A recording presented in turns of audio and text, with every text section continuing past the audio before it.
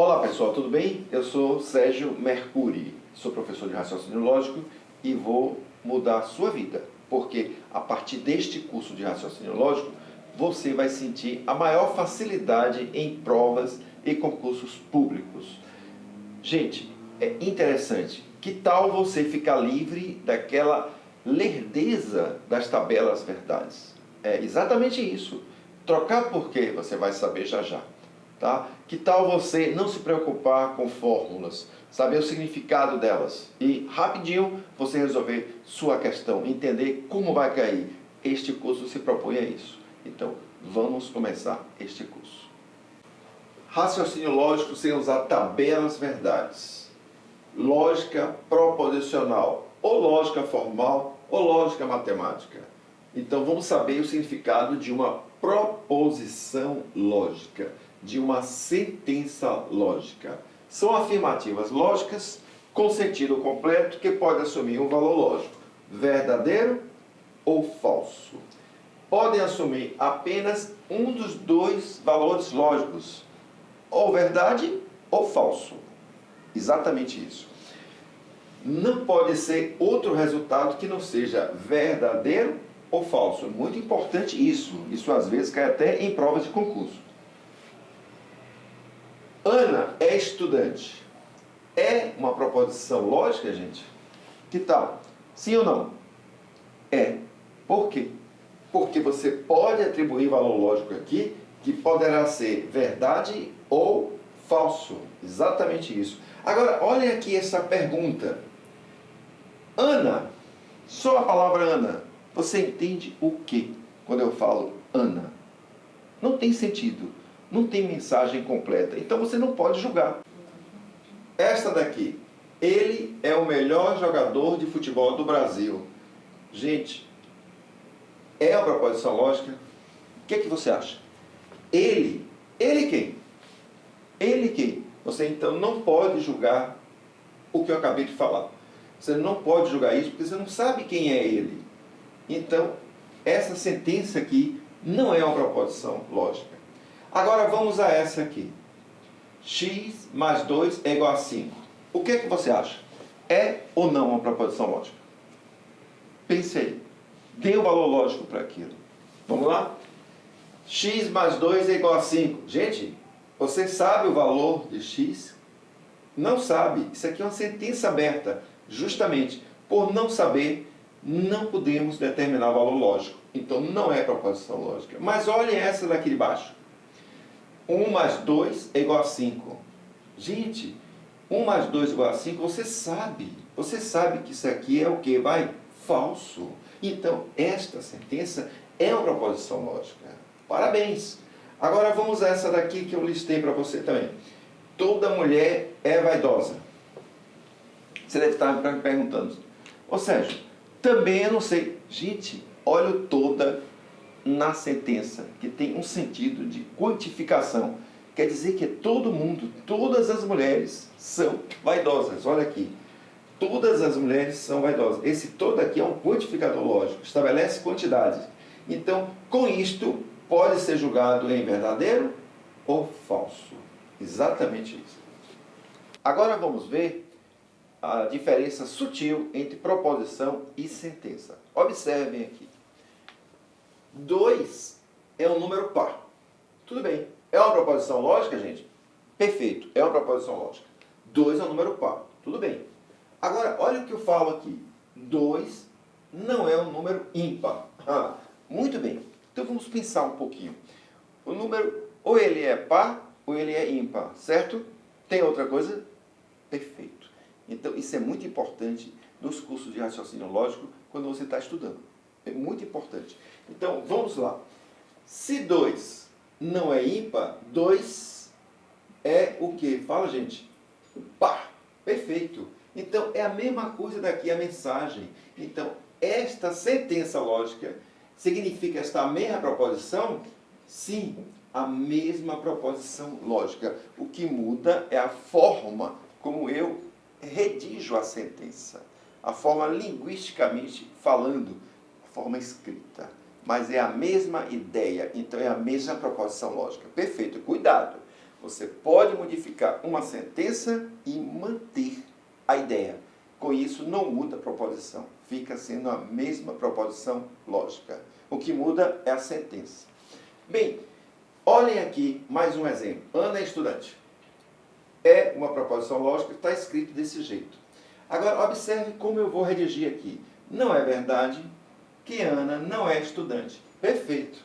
Eu estou negando duas vezes. Olha, observem aqui. Não aqui e não aqui. Aquele célebre ditado que você fala. Negar duas vezes é dizer o quê? Sim, afirmar. Então, vamos ver. Isso aqui é a mesma coisa que aqui. Ou seja, é a mesma proposição lógica. Certo? Não muda a proposição. O que mudou foi o quê? A forma que eu escrevi a proposição, a sentença. Perfeito. Uma proposição lógica, ela pode ser escrita, representada de três maneiras diferentes. Linguagem natural. Como é isto? Por exemplo, Ana é estudante. Então, estou escrevendo na língua portuguesa, né? Nós estamos no Brasil, estamos escrevendo a forma de representar esta proposição lógica. Ana é estudante, português. Mas podia ser inglês, espanhol, qualquer língua. Qualquer língua. Linguagem simbólica, símbolos. Letras minúsculas, P, Q, R, S, T, ou letras maiúsculas. Também podem ser símbolos. Exatamente isto, símbolos.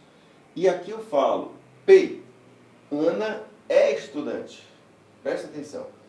E a última forma de se representar através de diagramas, né? Diagramas lógicos. Observem aqui. Aqui são os estudantes, né? E aqui está o quê? A proposição P. Ana é estudante. Então, eu tenho três maneiras diferentes de se representar uma mesma proposição lógica. Né? Quais são as três maneiras? Fala. Linguagem o quê?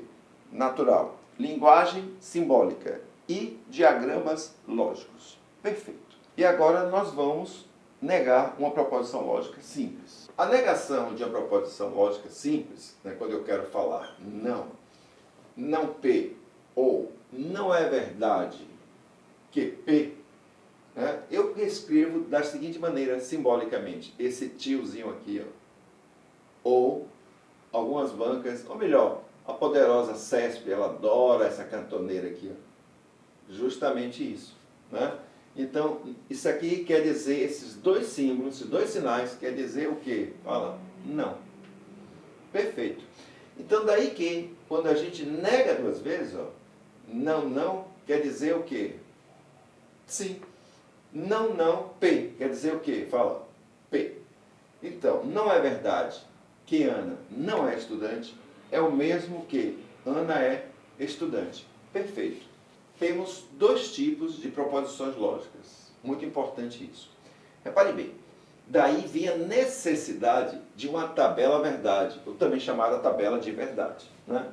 Então, você que estuda tradicionalmente raciocínio lógico, você usa as tabelas verdade, certo? Mas você sabe como apareceu, por que tem uma tabela verdade? Vamos descobrir agora. Vamos lá.